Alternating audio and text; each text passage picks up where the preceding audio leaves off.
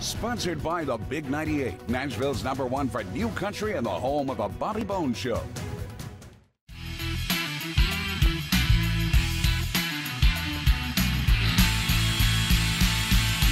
You know, I've been keeping up with you on social media, and it's like you are everywhere right now. I am like that song. I've been everywhere and I'm going everywhere. It seems like every time I turn around, I'm somewhere else, always on the road. Well, especially bouncing between, you know, North Carolina and Nashville, which are kind of both your homes right now, right? Pretty much so. I have my home in North Carolina, but I have a huge family here and friends and circle, and you know, just I've been coming back and forth and just having just the best time making music and writing music and recording, and just everything just keeps falling into place. Well, I tell you what, you know, and we were talking before we came in the studio about how great you do with your social media and the following that you have on TikTok now. TikTok is where it's at. I mean, I love Facebook and Instagram, but TikTok is where it's at. I'm up to, well, there's others that have like millions and millions, but for this little Canton girl, I've got like almost 150,000 followers in a pretty short time. So it's just an awesome media outlet that helps me get my music out and actually just get my personality out there. People get to kind of know who I am and my little boy and music, and so it's awesome. Well, and all your performances, you know, and listening to Unleashed, you know, what I love about it, you know, your voice really shines through, but also, you know, some of the songs are kind of autobiographical. Almost every one of them. I wrote 9 of the 12 songs that's on Unleashed. And there's actually an extra track on there of my dad and myself when I was 7 years old, and he was a cab driver, and he passed away when I was 11. So that's the only thing that I have of him is this little clip of us singing "Roll in Your Sweet Baby's Arms." So I wanted to put that for everybody to be able to have a piece of me and my heart with my dad, because if it wasn't for him, I wouldn't be the singer that I am. I wouldn't be the songwriter. I wouldn't have this dream and this passion and this drive.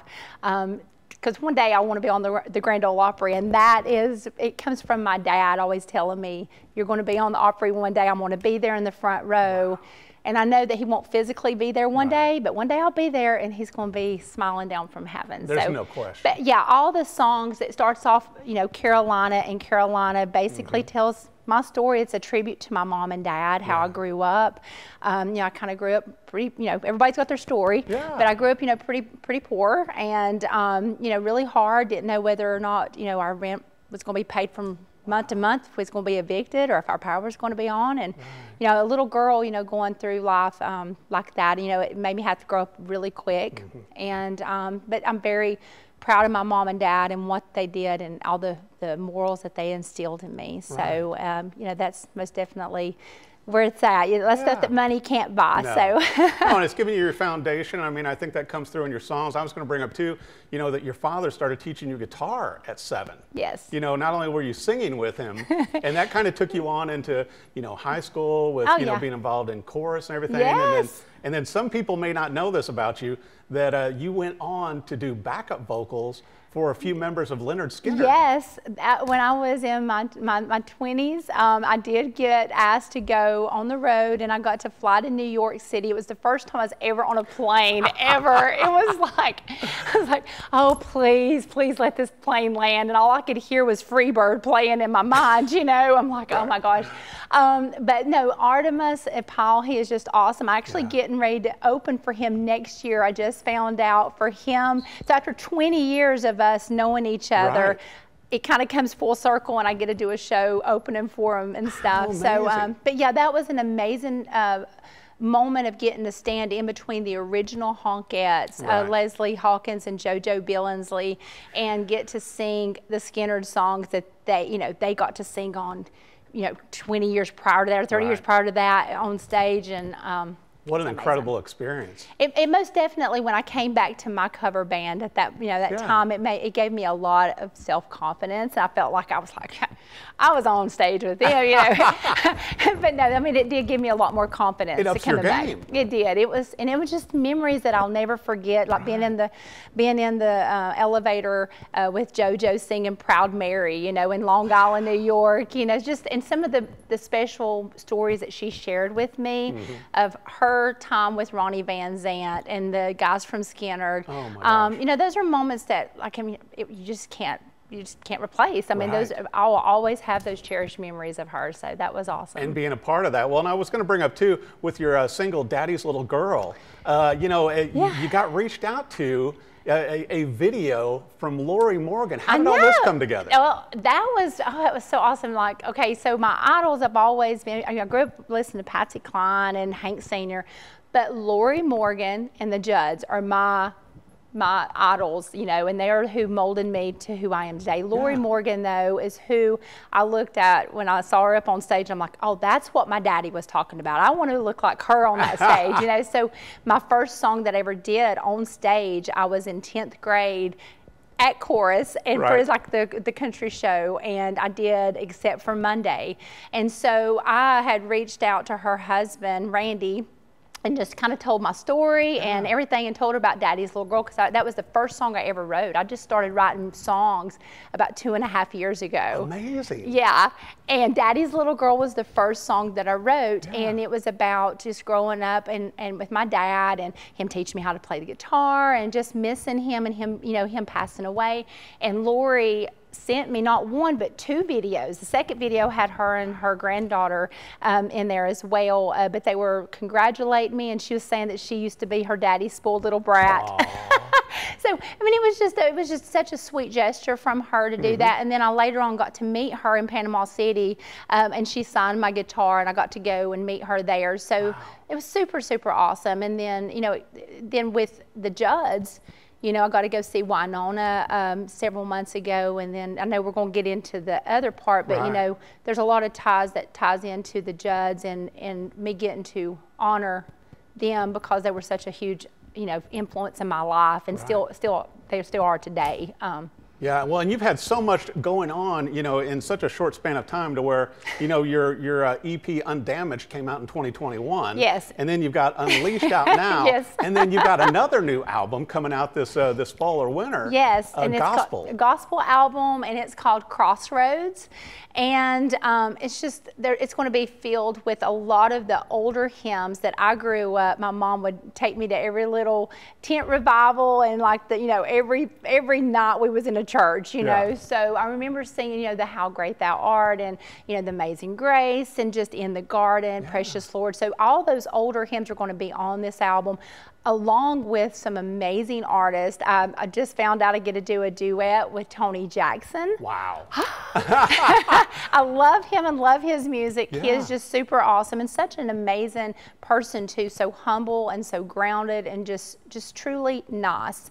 And so I've got him going to be on there. T. Graham Brown, who I have performed with on stage before, and he calls me his little buddy. He is super awesome too, him and Sheila. Yeah. And also I found out that a couple members of the Isaacs are going to be singing with me on one of my songs, How Great Thou Art. Incredible. So just amazing things keep happening, and I know that God keeps blessing me with them. And he gave me a song called Change the Ending, and I wrote this song right after Naomi passed. And, you know, I drew from that because, like I said, I grew up hard. And when I said that, my mom was a recovering alcoholic. And so she went through a lot of depression when I was a little girl. And so when I heard Naomi's story, it really brought me back to my childhood, having to come home. My dad would be gone, and I would have to kind of fend for myself, you know, and my mom would be like stuck in the bedroom for days and days with blankets on the windows, you know, but, you know, that was part of her depression, you know.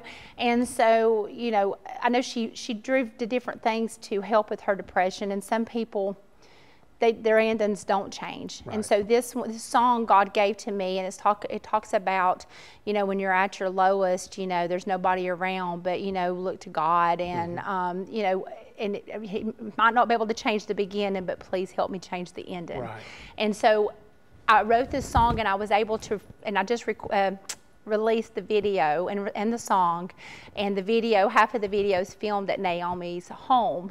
Larry Strickland, he has actually helped produce 3 or 4 of the tracks that's going to be on the gospel album. Incredible. And I hadn't told you that. Yeah, no kidding. Jeez, you got so much going on. Yes, and John Heinrich, he has produced the rest of them, and then a couple others going to be at Omni Studios here in Nashville, who Bill McDermott's the one that did both of my albums at Omni Studios, and he is just super awesome.